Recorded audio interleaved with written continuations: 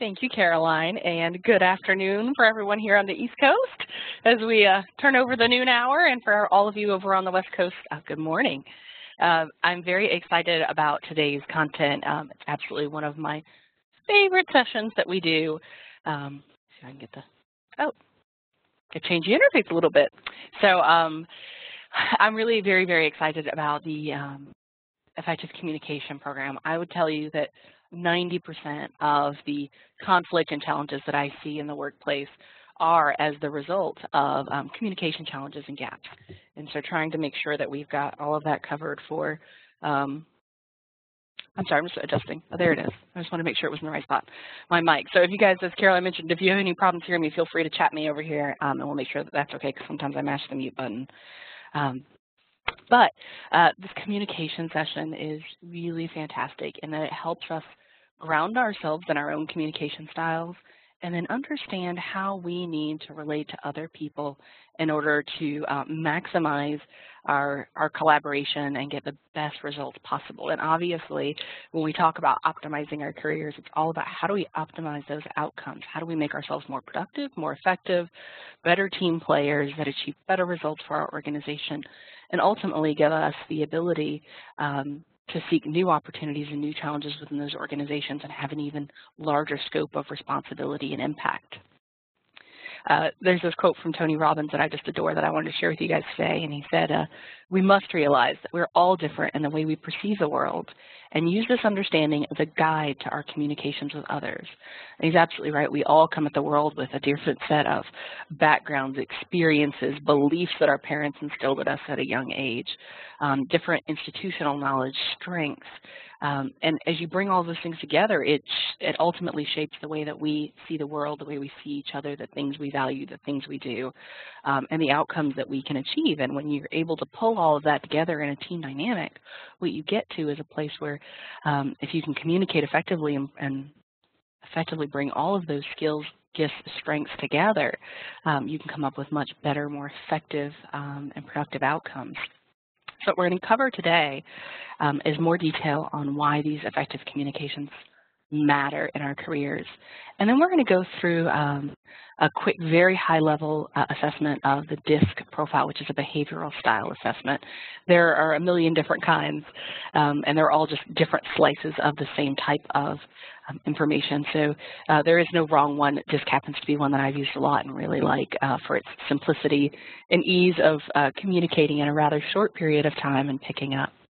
And then we're going to discuss, after that, how we go about improving your communication and identifying a couple of goals and takeaways that you can take out of this session in order to improve your own communications with your colleagues, your team, in order to maximize your outcomes in your workplace. So as we get started, we are going to cover communication and why it's so important. Many of you have probably heard of Albert Moravian. A lot of time his research is misquoted as 7% of our communication is what people take away and from our interactions. And that's not actually accurate, but it is misunderstood at times. What Moravian actually studied was what happens, how do we assimilate information when we have conflicting verbal, so the words we say, versus vocal and visual cues. And when someone says, no, that's okay, you know, how do we know that it's not really okay? Well, we know it's not really okay because their tone of voice and their body language. And so whenever we are faced in a situation, a communication situation, where there's disparity between what the words someone says and their body language and their tone of voice, we will give more importance to their body language and tone of voice over the words that they say. And this can play out in a number of different situations, but imagine Caroline and I have one cup of coffee. And Caroline said that let's say we're squabbling over this cup of coffee that we'd probably be saying, no, you take it. But in this fake situation, let's say we're fighting over it and Caroline pushes the cup of coffee towards me and says, no, you take it. I would inherently know that in spite of the fact she just said, no, you take it, that Caroline's tone of voice and, you know, the way she threw her hands up into the air as she pushed a cup of coffee towards me meant she wasn't really happy about that. And intrinsically, we make that assessment. But something else can really happen here too. if Caroline were a really reserved person and it were hard to understand her feelings, and the way, by the way, Caroline would push that cup of coffee to me, she would smile and say, "No, Adrienne, you take it," and would be very friendly and generous with her cup of coffee. I know she would. In the same way that I would, Caroline and I both happen to communicate in very similar styles, but if Caroline were someone who were more reserved, she might push and just say, "No, it's okay, you take it," and she may not smile and she may not be emphatic about it. I could also, because my style is so verbose and I wear my emotions on my sleeve, I smile, I laugh, you should see my hands right now, even though you guys aren't here, moving around as I speak. I'm very emphatic in that communication. And so when someone were to just push a cup of coffee towards me and say, "No, you take it," without all of that effusive emotion behind it of, "No, I absolutely insist, you have to take it," I may interpret that as that still same discord of, she said take it, but she doesn't really mean to take that cup of coffee.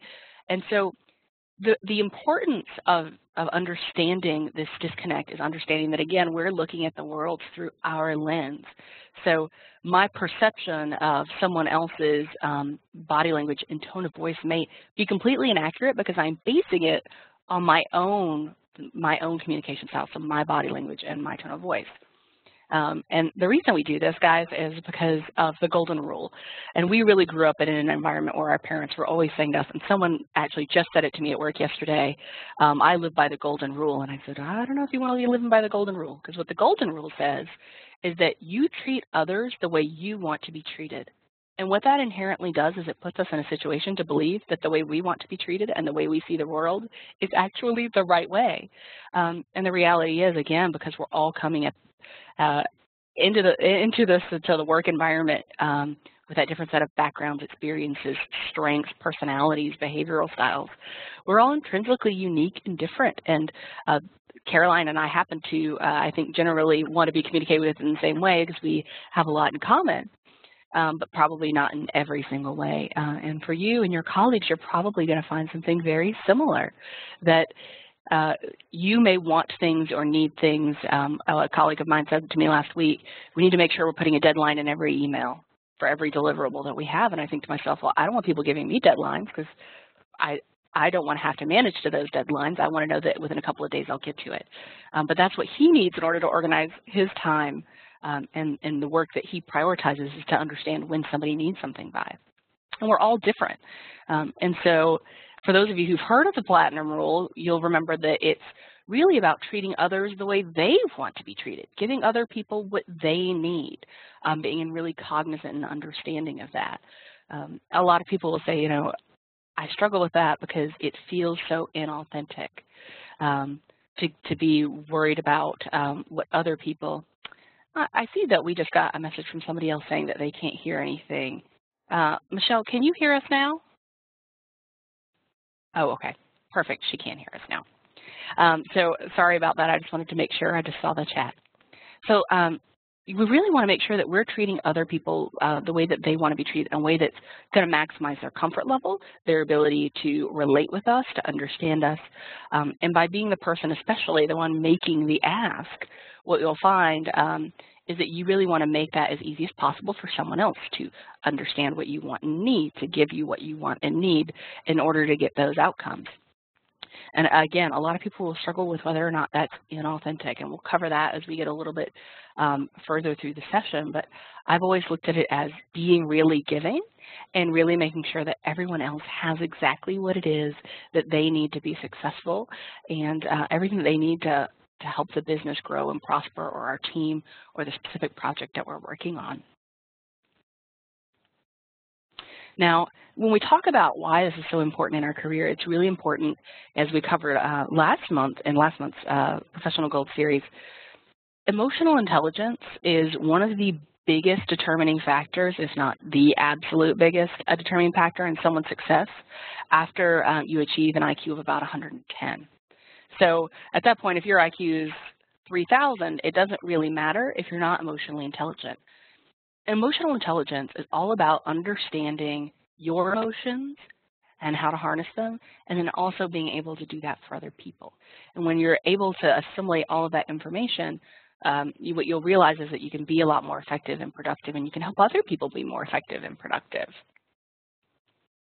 And again, that productivity is what is ultimately driving us to create better and faster outcomes than we ever have before. You're getting teams together who are able to communicate more effectively, again, coming at it with different strengths, sets of knowledge. Our accountant and I were working on a project this week, and as we're kind of pulling all the information together, she had bits and pieces I had no idea from a compliance perspective.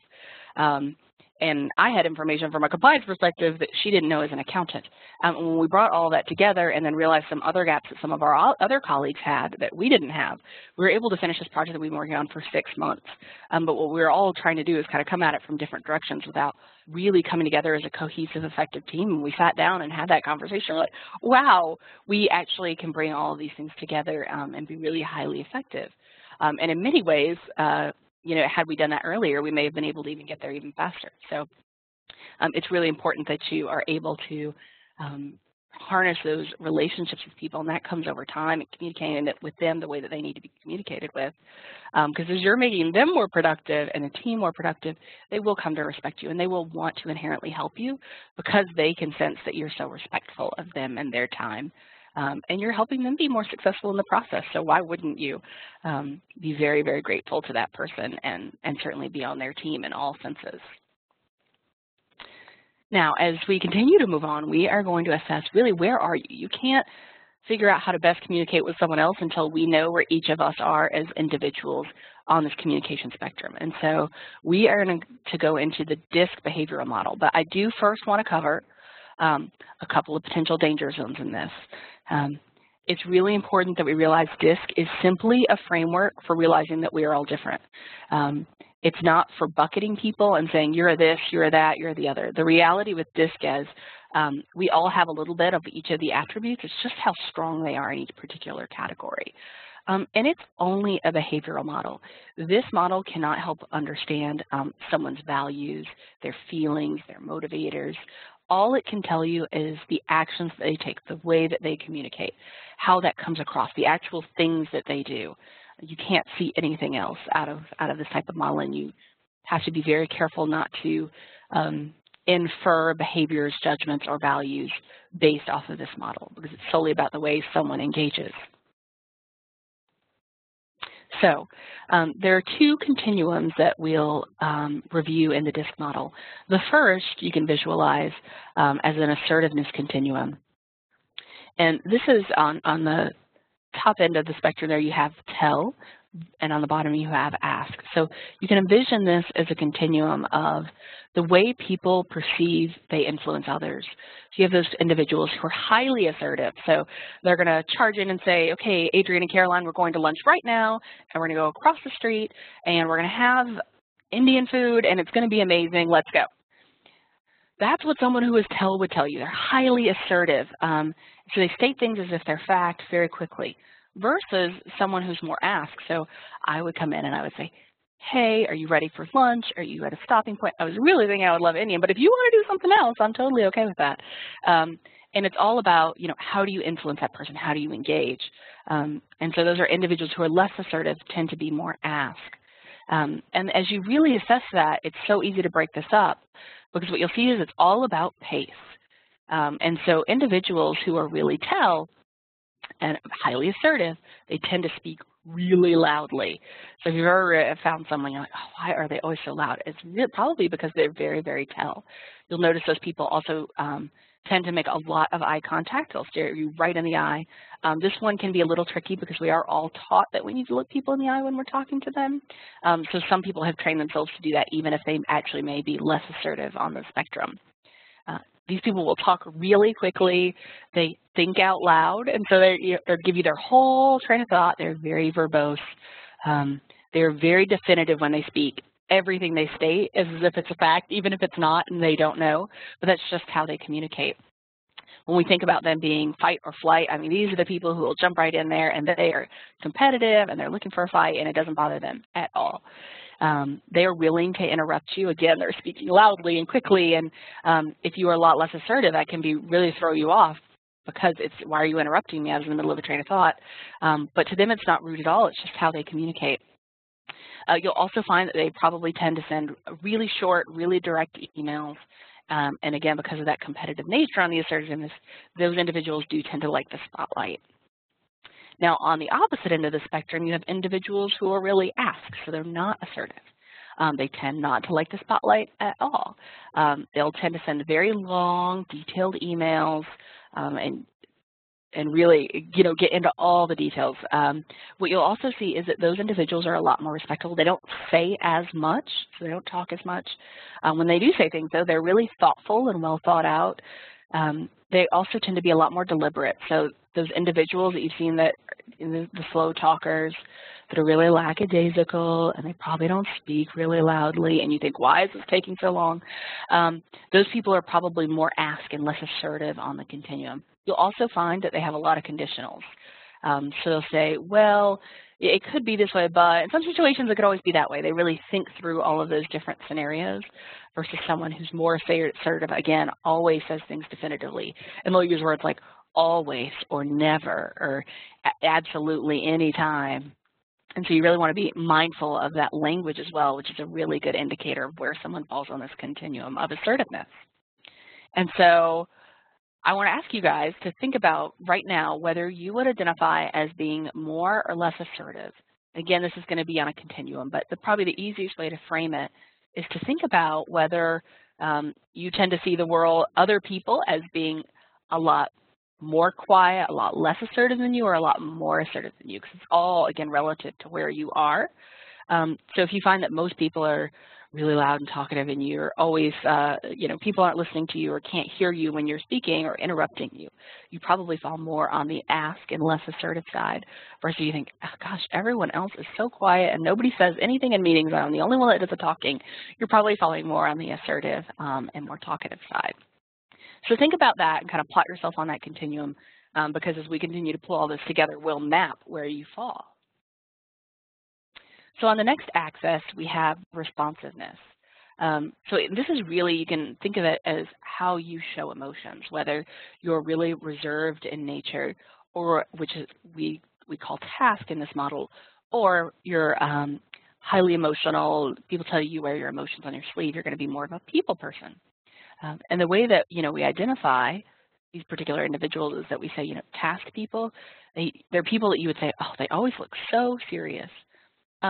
These people are also really steady. Good day, bad day, they always seem about the same. They have a tendency when not to talk with their hands a lot. So they have, if they do move their hands and all that, they're fewer and they're more controlled. So their arms are closer to their body. Again, their facial expressions aren't going to be as pronounced. These people are more likely to talk about things and tasks. And when they do that, they talk about it from the first person. I did this, I do that. They are reserved with their emotions, and they tend to just feel more formal because of their nature of being more reserved. So, for instance, on a Monday morning, if you came in and you were talking to a colleague, you would notice that task individuals will talk about what I did this weekend, and it's usually about things. I went running, skiing, to the bookstore, to the grocery store. Whereas people, again, are more emotional and they tend to relate to people a little bit more. So you'll hear them say things like we, and then they'll tell you everybody they were with all weekend and all of the things they did and about the things that those people did together. They do tend to feel more casual, like those people that you have known your whole life, you meet them and you're like, oh my gosh, this is so comfortable and warm. And you'll typically think to yourself, I could hug this person. Would this person be a hugger? Even if you're not a hugger, would this person hug you? Is a really great way to think about it. They tend to be very animated. They have a lot of inflections in their voice. They got the big gestures. And again, they talk a lot about people, the people they were with, the people they're friends with. It's really where they are most centered and comfortable. So at this point, what you'll want to do is think to yourself, are you more task? And again, think of that as more reserved with your emotions, or are you more people-oriented? So do you display that emotion? Do people say to you, I know exactly how you're feeling today? Because for a lot of people who are very task, which is probably, by the way, based on just the distribution of our Georgia Tech crew, you're more likely to probably see more task people than people because of the technical nature of what drew us here in the first place. So it's not very common at all. It's not uncommon to see on these webinars a higher propensity towards the task side than the people side in this particular situation. But kind of get a sense of where you are, because as we move forward, we're going to plot ourselves on these two axes. So what you've got is your ask and tell crossed with your task and people. And what that does is it divides you into 4 separate quadrants. So you have, starting up in the top left, you have people who are very task-oriented and very assertive. And they are characterized by the attribute of being very dominant. In the second quadrant, you have people who are very assertive, but very people-oriented. And those are your influencers, your politicians, your salespeople. They tend to fall more into that second quadrant. Now, on the people axis, and those who are very ask are considered and defined by being very steady. They avoid conflict. They're very, very gracious, and they like things to stay the same. They're generally not a big fan of change. They just like things to stay the same. Versus in your last quadrant of people who are not very assertive but are very task-oriented, they tend to be very conscientious, very process-oriented, very detailed. And what you see when you bring all these groups together is that, I mean, your best teams are going to have one or, some variation of all of the different representation. What you're going to get are your dominant people who are leading and going, okay, we have to do all these things. They're very results-driven, combined with your influencer who's, oh, that nice person who's like, how was everybody's weekend? Everybody good? They're getting people charged up. All, again, leading towards, that initial kind of dominance of here's the result we need to achieve. They're getting people rallied around that. Your steady people are the ones going, okay, this person's going to do this and this person's going to do that, and that's how we're going to get all of this organized and leverage everybody's strengths, and they're avoiding all the conflict and make sure everything works out. And your conscientious people are the ones that are, kind of looking at everything that needs to be done and going, well, this isn't going to work because of that, and it's not going to work because of that, and we're going to need to fix this. And it just kind of keeps going through the cycle, and then the dominant person, okay, we have to get to that, we have to solve that problem. And the influencer going, okay, so we're all excited and jazzed about doing this, and your steady person, okay, here's how we're going to do it. And you kind of keep going through these iterations of everybody leveraging their strengths, and you get to these much better outcomes than any of those individuals would have gotten to on their own. Again, I will reiterate for you guys, there is no right or wrong of these styles. You'll see more of a propensity, like I said earlier, your politicians and your salespeople, may tend to fall more into the influential category. Your customer service representatives and people in client-facing roles who have to be less influential but still maintain those relationships tend to be a little bit more steady. Your process-oriented, operational, marketing folks will likely be more conscientious, and your dominant folks can really fall into a number of different categories, but they are certainly more assertive, and we tend to think of them as the people being in leadership roles. So what we want to understand now is, now that you've plotted yourself in a particular category, how does that change how you're going to interact with other people, and how do other people want to be interacted with? And so let me go back to the slide for a second. What I'll tell you is if you can, for instance, if you visualize where you are. So again, we all have some element of these different styles. My two highest are I and C, which is kind of rare that you would have two that would be on opposite spectrums of each other. Usually you would see a D and an I, and an I and an S and a C, or a D and a C, and you tend to kind of fall on one side more than the other as opposed to across, but it certainly happens. I laugh that it's the reason I have so much internal conflict about whether to be too loud or not loud enough, and sometimes I'm not at all detail-oriented, and other times like I can't even get out of the weeds to save my life. So it's really all going to kind of depend, but think about where you are, which if you just had to pick the one, where did that plot when you did those other two? Were you more of a D, more of an I, more of an S, or more of a C? And now I want you to think to yourself, my boss or someone else maybe who you know you need to have a better relationship with, it could be a colleague, a member of your team, where would they fall relative to you? Does that person tend to be far more assertive than you, so they come into your office and you're thinking to yourself, oh my gosh, they're so loud, they're always telling me what to do? Or do you think to yourself, oh, gosh, they are always asking me questions instead of just saying this is what I'm going to do? They should be more definitive. And that'll give you a sense of where they fall relative to you. And then on the task side, do you think, oh, they talk way too much about their weekend, or I really wish that person were more personable and warm and I knew more about them as an individual? And think about, in the context of that person that you want to have a better relationship, where do they fall?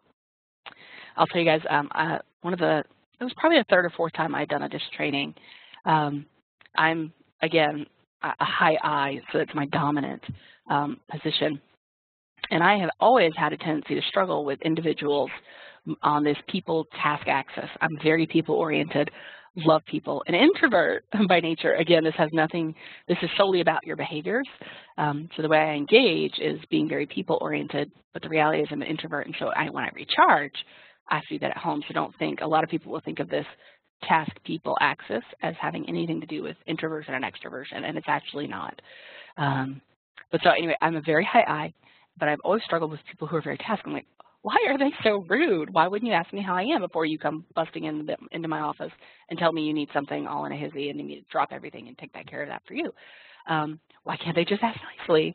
And so what I have found is that these have actually been very problematic for me in feeling like they don't respect me. And the reality is, having had this model under my belt and in my toolkit is that that's just who they are naturally. And they find it just as offensive when I walk into their office and spend 5 minutes talking about my weekend and asking how theirs were and how are the kids, because they don't need to do that. And they would rather do that on the back end after they've gotten the work done. So I had a colleague who was a really high D, and I would just walk out of meetings and go, is she serious? She is so rude.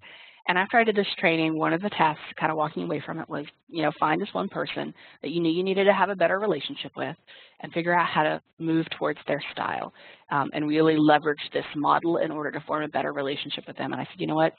She is on my list. And I wrote it down, and I said, I've got to do this. And the next day, I went into her office when I needed something.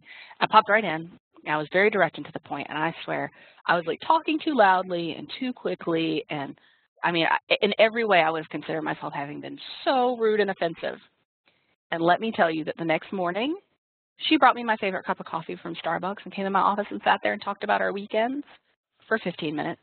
And I just couldn't even believe that this had happened and that it was really that simple. And from there forward, it was all about engaging on each other's territory when we needed something. And our relationship has blossomed, and in spite of the fact that we don't even work together anymore, we still go and get coffee together and keep in touch because we were able to establish that mutual sense of understanding about what we both wanted and needed in order to communicate. We both made that effort. And it just started that relationship such that when she would come into my office and I need something, I didn't take it personally. I didn't feel like she was being disrespectful of me or my time. I understood intrinsically, but that's just who she was, and she needed something, and we had that basis of a relationship to use. So think about that one person as we go through this next segment. Where does that person likely fall next to you, and how we better communicate with that individual in order to forge that bond? So again, those individuals who are really dominant, they're going to expect you to be really direct and really to the point. They're going to want you to stay focused. I am always going off on some kind of tangent. Something makes me think something else, and then I jump to that. Very characteristic of I's, but very frustrating to everyone else. And so I have to be very cognizant of it when I'm engaging with someone else who's not going to appreciate that. To be direct and to the point and to stay focused on it and say, okay, we'll put that in the parking lot. We'll talk about that later. But the most important thing, if that's not natural to you, is not to be offended by their directness. That's just who they are at their core, and it doesn't have anything to do with you. Again, it's that whole platinum rule thing of treat them the way they want to be treated. And you can be direct and to the point with them without worrying about it being offensive, because it won't be to them at all. They'll actually appreciate it because think about it as just speaking their language.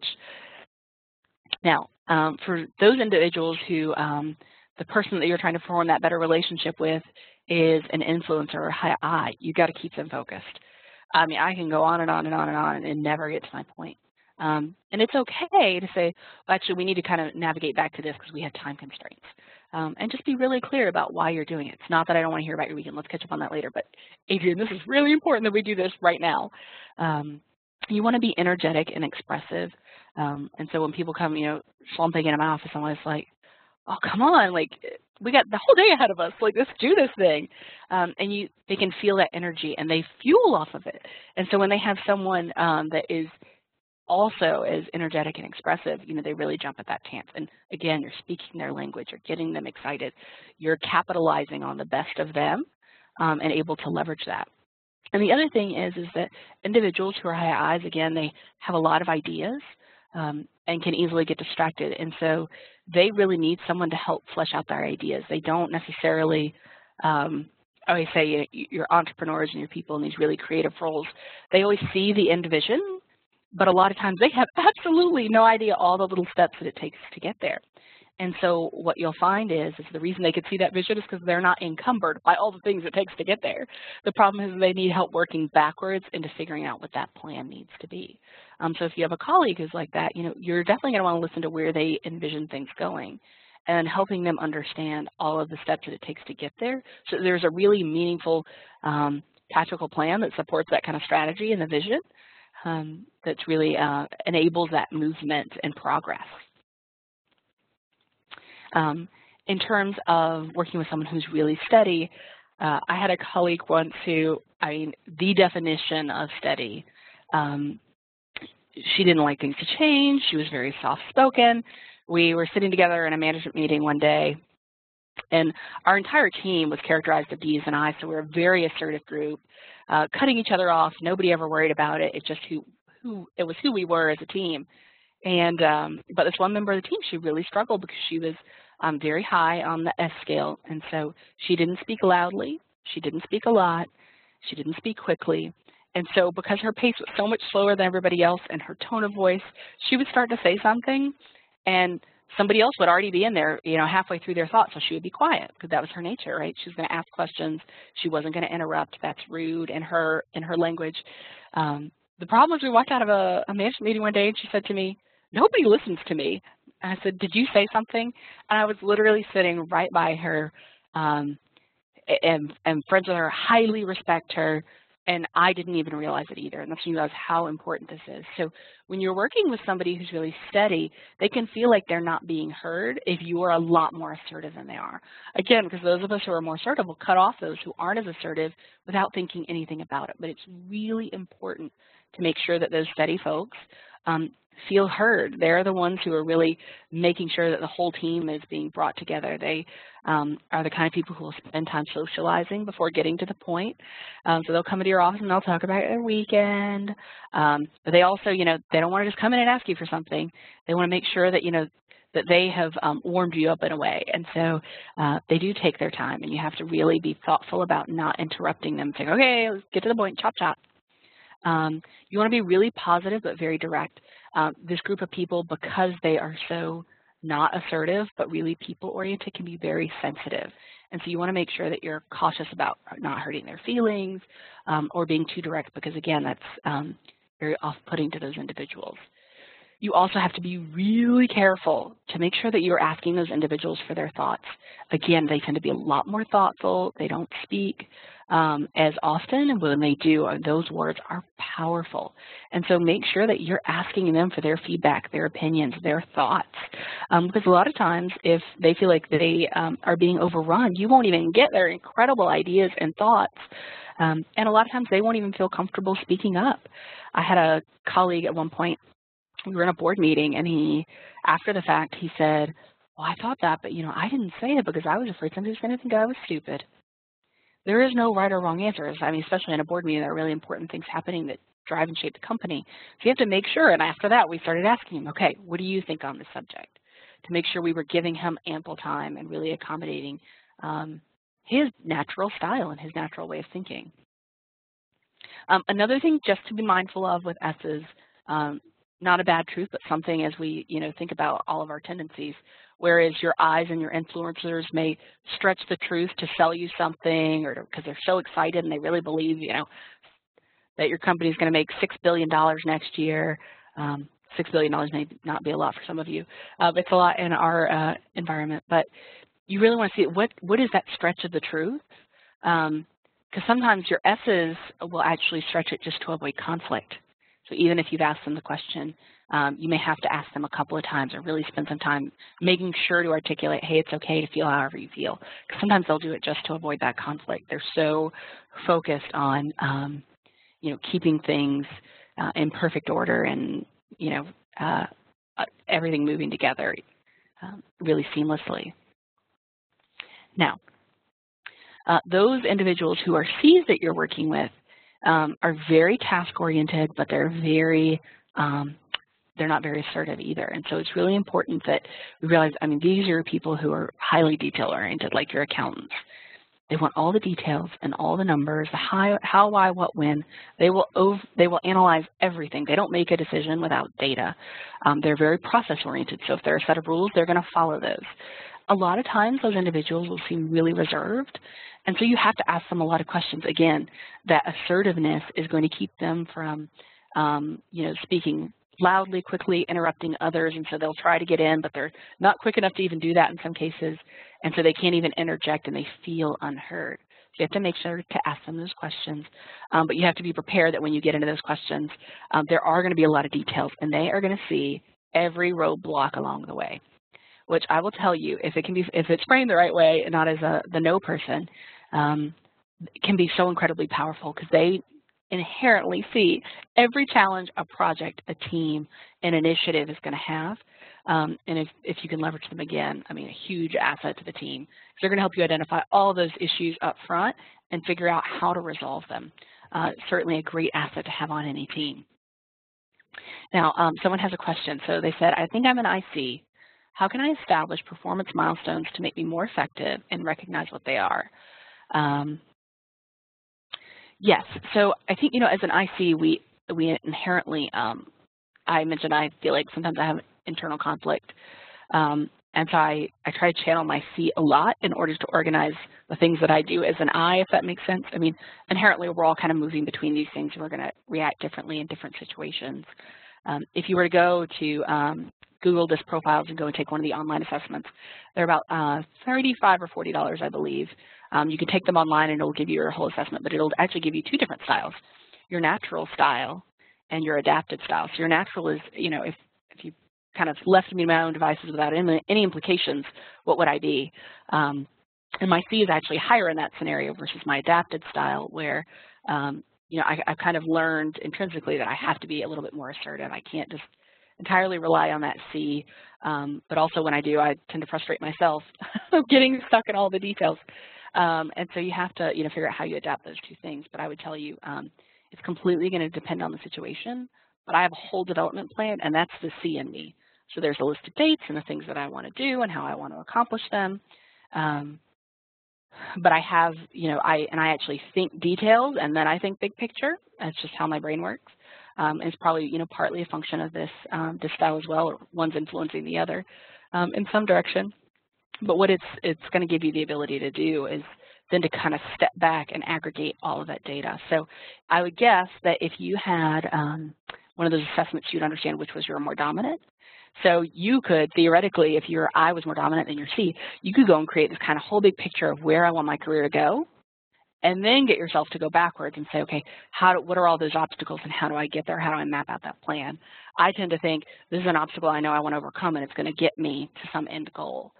Because my I is naturally is a little bit more secondary to my C, hence the chemistry major. So in terms of, how do you express yourself? Again, I mentioned a couple of scenarios with a couple of my colleagues in the past where we fit into different buckets. And it's really important, as we're going through this communication exercise to realize that we all think other people can read our minds, but they just can't. They have no idea. And you can't assume that what is comfortable to you or comfortable to someone else is going to, what's comfortable to you is going to be what's comfortable to someone else or what's natural. And you can't assume that you know what someone else is thinking, what their intentions are. None of this DISC information can tell you what someone intends to do, what motivates them, what they value. All it can tell you is how they're communicating and through, their tone of voice and the behaviors that you see. So make sure that you're actually communicating instead of just assuming that someone else knows what you're thinking. So if you need something from a colleague, you say, hey, I could really use your help. And I think that I love going back to the help thing because everybody wants to help someone else. I could really use your help getting to XYZ, or I could really use your help making sure that in the future this or that doesn't happen. What can we do to make sure that that all comes together for both of our benefit and efficiency of the organization? You're also going to want to frame your thoughts in the first person. So if you are experiencing some conflict with someone, own that. It's okay. What you're going to want to say is something to the effect of, I felt, let's say, I felt that you were ignoring me when you interrupted me and that you didn't care about my thoughts or opinions. And the next thing you want to do is make sure that it's open-ended. You don't want to be accusatory. So when you say, I felt that you were ignoring me when you interrupted me, you're going to want to make sure to kind of follow that up. I usually say something like, I'm sure that wasn't your intention, but I wanted to communicate that that's how it made me feel. What do we think we could do better in the future? Or do you think you could be more mindful of that, as we move forward? And you want to make sure that you're framing that. And again, your body language and your tone of voice have to match. Because if you were to say, it really made me feel that you were ignoring me, and in the future, it would be great if you could not do that, they're going to know intrinsically that you are upset or frustrated. And so be really mindful of who that person is and the way that they're going to potentially interpret. Again, you just can't read anyone else's thoughts, but the way they could potentially interpret that. And then again, you're going to want to avoid making accusatory statements. And remember that most people have positive intent. I say so many things happen out of a lack of foresight or a lack of thoughtfulness, but most people aren't trying to make someone else's job more difficult or to even be difficult in their own right. We were just having this conversation in one of our staff meetings this morning about some software that people have installed on their computers that they shouldn't, and how to rectify all that. And one of my colleagues was like, my intention is always to look out for the best of the business, but sometimes it comes across like I'm just trying to be difficult. And he's like, of course I would never. And again, most people aren't. And if you just say that, use those words, be really authentic and transparent, people will understand that. But if you don't say it, they won't know. And so it's a great way if you are struggling to communicate with other people, or you don't have great relationships with your team, just say the words.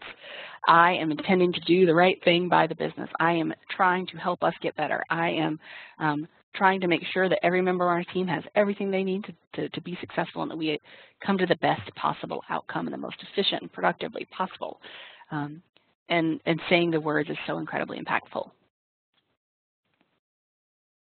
Now, we're going to come to my favorite section. We've got about 14 minutes left in our scheduled time, but I'm available as long as you guys are interested. But what we're going to do next is determine what's the action plan. Again, I had this huge epiphany with this communication styles model when I said, I'm going to find out how to engage and try to engage with this colleague that I am struggling to have a really meaningful relationship with. Now someone who years later I would say that when we were working together, we were highly effective, and that now we're even friends, as much as that would have shocked me back when we were struggling to communicate. So, out of these training sessions, if you commit to doing something, you are 60% more likely to actually take that step and do it, thus resulting in some action that you can learn and grow from. But the rule of thumb is if in approximately 3 weeks you haven't done anything with it, you'll just completely lose it. And at this point, you've already invested 47 minutes with us, so you may as well go ahead and take that extra initiative and figure out what's that one little action that you're going to take that's going to kind of propel you forward and really help you make your career a lot more effective and productive, and certainly your communication as a result of this session. So what is that one action item you want to take to improve your communication? And for those of you who may have your chat window hidden, there is a downward pointing arrow up in the top right-hand corner of your screen that you can click down, and it'll open up a panel, and there's a chat section, which also has another arrow if it's minimized, that you can expand, and you can just chat right to Caroline, and we will, those will maintain anonymous. We'll read them out and have a little discussion as a group about them. And that action item could be anything from, having a conversation with your boss that you need to have, or, asking a colleague to lunch. I think I've shared with you guys before, I'm a really big fan of getting out of the office when you're struggling to have a relationship with somebody and forming that foundation. Again, I took that one action and just said, go into her office and I'm going to be as rude as I could fathom that I could possibly be. And she was receptive to it. So it can really think about how you put yourself in that other person's shoes and live by that platinum rule. Someone says, I'm going to genuinely ask my boss how she is and how her weekend was when I first see her in the morning, not just starting off with work questions. Absolutely, that is fantastic. And I will tell you, my boss does that. If I take a day off and she has to send me an email, she's like, I'm really sorry to bother you on your day off. I do not expect an answer today. I hope you're having a great one. And actually, she left me a voicemail on my last day off, and it was, do not call me back on this today, but I needed to get it out of my head while I was in the car, and I didn't want to send you an email or forget about it. So blah, blah, blah, blah, blah, blah, blah. And I hope that your this, that, and the other that you did today were amazing. I was like, how does she remember all those things? And it demonstrates genuine caring.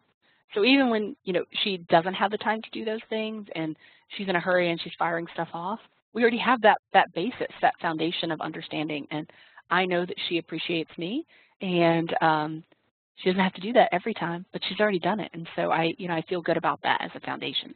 Right now, she's just really busy. Someone else says, I'm going to follow the platinum rule more. Actively engage new people that I meet. Oops, the window went up a little bit here. Actively engage new people that I meet to determine their communication style and adjust accordingly.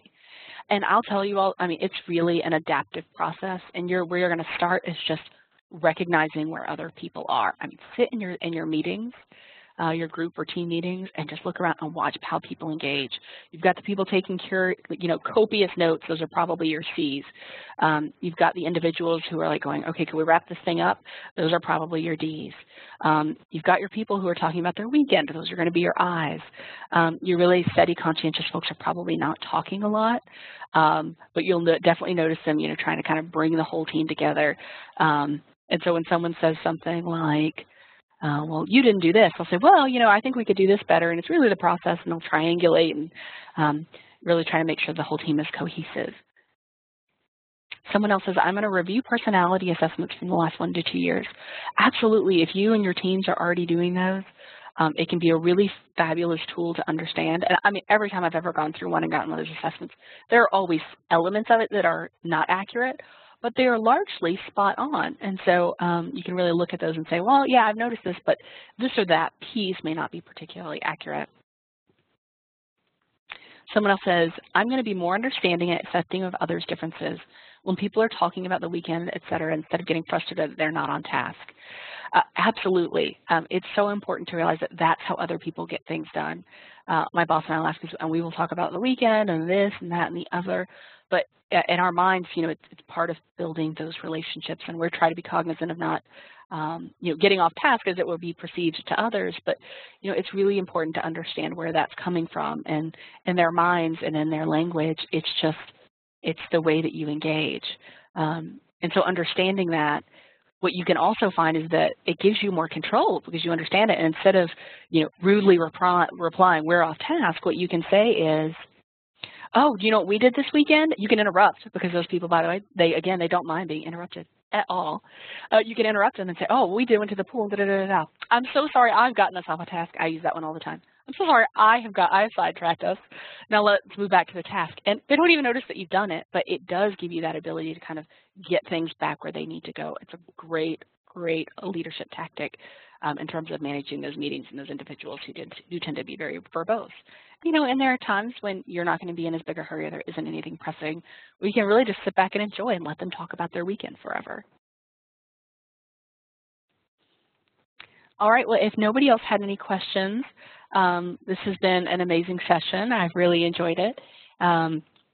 You guys are welcome. Next month, we will be talking about personal branding and going through that particular session. So how do we really manage other people's perspectives of us and make sure that our perspective of us and the perspective we want others to have of us are really highly aligned, so that we don't have that disconnect between what we think we are and the way that we think we're communicating who we are and the way other people are perceiving that.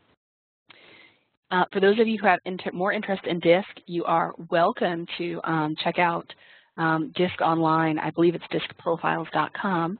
And they have some online assessments you can take. Again, they in the range of $35 to $40. I think some of the more expensive ones show up at the top, so make sure that it's you're getting that individual one at $35 to $40. And you can take the assessment online. It's highly reliable and accurate.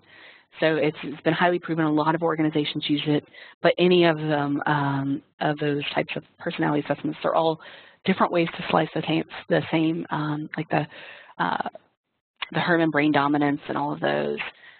You can use all equally effectively. The idea is, how do I understand who I am, and how do I engage differently with others and understand others, and you know, again, kind of remove some of that judgment, really being more accepting. What you'll find is the emotion that comes with that frustration for you will dissipate. So you've got a lot more energy throughout the day. Again, it's ultimately improving your emotional intelligence. You'll have a lot more energy throughout the day to do your work and to do those things that are really, truly driving value. So they're certainly great models, and anyone you choose is equally valid and reliable and accepted in the industry. So thank you all very much. If you have any other questions, you're welcome to email Caroline or chat us here privately, and we're happy to answer them. Thank you all very, very much for your time, and I hope you have a great week.